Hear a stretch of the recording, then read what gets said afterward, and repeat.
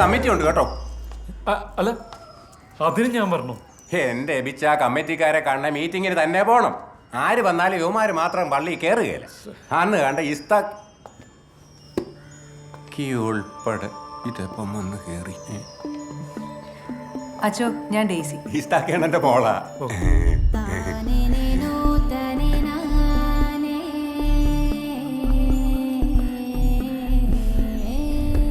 അച്ഛനെ ഒന്ന് പരിചയപ്പെടാൻ കയറിയതാ. ഇനിയിപ്പോ പിന്നെ ആവാം, കമ്മിറ്റി ഉള്ളതല്ലേ. എന്നാ ഞാൻ ഇറങ്ങിക്കോട്ടെ അച്ചോ. അല്ല ഡേസി, അതെ, ഞാൻ ഈ പടം അങ്ങനെ കൊടുക്കാൻ വെച്ചേക്കുന്നല്ല. പ്ലീസ് അത് എനിക്കിഷ്ടപ്പെട്ടാ ഞാൻ കൊണ്ടുപോകും. വേലിയിലിരുന്ന പാമ്പ് കോണോത്തെ ചുറ്റി. വല്ല കാര്യമുണ്ടോ? ഈ പള്ളിയിലൊക്കെ എക്സ്പയറി ഡേറ്റ് കഴിഞ്ഞ അച്ഛന്മാരെ വെക്കണം. കമ്മിറ്റി തുടങ്ങാൻ നേരമായി. അതിപ്പോ ആച്ചോ, ഞാൻ പറഞ്ഞു. കാപ്പ ഊരുന്നതിന് മുമ്പ് നീ ഇതങ്ങോട്ട് ഓടിയത് കഷ്ടം. നീ മാനസികമായി ഒരുപാട് വളരേണ്ടിയിരിക്കുന്നു. സെക്രട്ടറിയച്ചു, മാനസികമായിട്ട് പിന്നെ വളർത്തിയാ പോരെ. പള്ളി കമ്മിറ്റി തുടങ്ങാൻ പോവുക. കുർബാനയ്ക്ക് പോലും വരാതെ മീറ്റിങ്ങിന് മാത്രം എഴുന്നള്ളുന്ന അണ്ണന്മാരാ അവിടെ ഉള്ളത്. ഇവന്മാരെ വേണം ആദ്യം ശരിയാക്കാൻ. ഞാൻ കൂടി വരാം, നീ വന്നേ. അച്ചോ, ഒരു കാര്യം പറയുക. എന്ത്? ഇവിടുത്തെ അച്ഛന്മാരെ സംബന്ധിച്ചിടത്തോളം ഓരോ മീറ്റിങ്ങും ഓരോ അന്ത്യത്താഴമാണ്. അതെന്താ? മനസ്സിലായില്ലല്ലേ? പള്ളി കമ്മിറ്റി കഴിയുമ്പോൾ ഒരുത്തൻ അച്ഛനെ ഒറ്റ കൊടുക്കും, മറ്റൊരുത്തൻ തള്ളിപ്പറയും, പിന്നെ എല്ലാവരും കയറി അങ്ങ് മേളാങ്ങിക്കും. ചവിട്ടി കൂട്ടുവെന്ന് നിങ്ങളുടെ ഭാഷ പറഞ്ഞ പീഡാസനം. അതുകൊണ്ട് ഒത്തിരി നേരെയാക്കാൻ നിൽക്കാതെ ആ വളവ് അങ്ങനെ തന്നെ നിർത്തുന്നതാ ആരോഗ്യത്തിന് നല്ലത്. വെൽ, അവിടെ പ്രത്യേകിച്ചൊന്നും നേരെയാകേണ്ട സ്ഥിതിക്ക് എന്റെ ആവശ്യം അവിടെ ഇല്ലല്ലോ. അത് നിങ്ങൾക്ക് അറിയോ? അല്ല അളിയ, വന്നേച്ചോ. അളിയ നീ കൂടെ അളിയല്ലേ? മീറ്റിംഗ് ഇപ്പൊ തുടങ്ങാം. കർത്താവെ കാത്തു. ആ ചെക്കനെ ഉപദേശിക്കാം, അവൻ തിരിച്ചൊന്നും പറയൂല. ഇങ്ങോട്ട് കേറി വാച്ചു.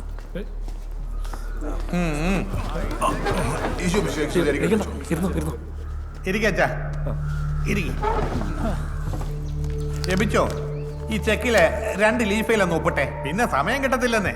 പള്ളിയുടെ പെരുന്നാളൊക്കെ വരികയല്ലേ. ഈ ചെറ മിനുക്ക് പണികളൊക്കെ ഉണ്ട്. അതെ, അച്ഛൻ പേടിക്കേണ്ട കാര്യമൊന്നും ഇല്ല. അതിനുള്ള കാശൊന്നും ഈ പള്ളിയിൽ ഇല്ലെന്നേ. എങ്ങനെ ഉണ്ടാവാനാ? വരുന്ന അടിച്ചു മാറ്റില്ലയോ?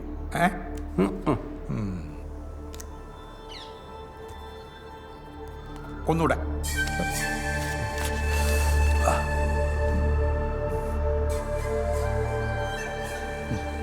അച്ഛൻ അതൊന്നും ഓർത്ത് ബുദ്ധിമുട്ടണ്ട. പെരുന്നാളൊക്കെ ഭംഗിയായിട്ട് നടക്കും. അച്ഛൻ ആ കുർബാന ഒന്ന് ചൊല്ലി തന്നേച്ചാൽ മാത്രം മതി. അച്ചോ, പെരുന്നാൾ നമുക്ക് അടിച്ച് കലക്കണം. തലേദിവസം അന്തോണിസുമുള്ള തിരുസ്വരവും വഹിച്ച് കളിപ്പക്കരെ ഇളക്കി മറിച്ച് ഒരു പ്രദർശനം പുണ്യാളും പൊളിക്കും. പിന്നെ അച്ചോ, അന്ന് അത്യാവശ്യം ചെറിയ വെട്ടും കുത്തും നടന്നൊക്കെ ഇരിക്കും. ഒന്ന് അടങ്ങിയിടോ. അച്ഛൻ അതൊന്നും ഓർത്ത് ടെൻഷൻ അടിക്കേണ്ട കാര്യമേ ഇല്ല. ഏറ്റവും പ്രധാനപ്പെട്ടത് അതൊന്നും അല്ലെന്നേ. അത് നമ്മുടെ വെടിക്കെട്ടാണ് അച്ചോ. പിന്നെ ഈ ഇസ്താക്കി കൈക്കാരനായിരിക്കുന്നിടത്തോളം കാലം ആ പേരിൽ അങ്ങനെ ഒരു നാണക്കേട് വരുത്തത്തില്ല. ഈ രൂപതയിലെ ഇടവകകളിലെ ഏറ്റവും ഗംഭീരമായ വെടിക്കെട്ടായിരിക്കും നമ്മുടെ. അച്ഛൻ കലിപ്പക്കരയെ അറിയാൻ പോകുന്നതേ ഉള്ളൂ. അതെ, ഈ രൂപതയെന്ന് വെടിക്കെട്ടിനൊക്കെ പ്രത്യേക വിലക്കുള്ളതാ. പിതാവ് സമ്മതിക്കത്തില്ലെന്നേ.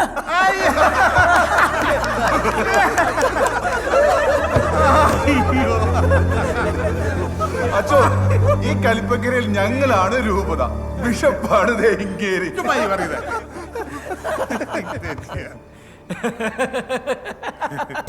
അപ്പൊ എല്ലാം നടക്കട്ടെ, ഞാനങ്ങോട്ട് പോയേക്കോണേ.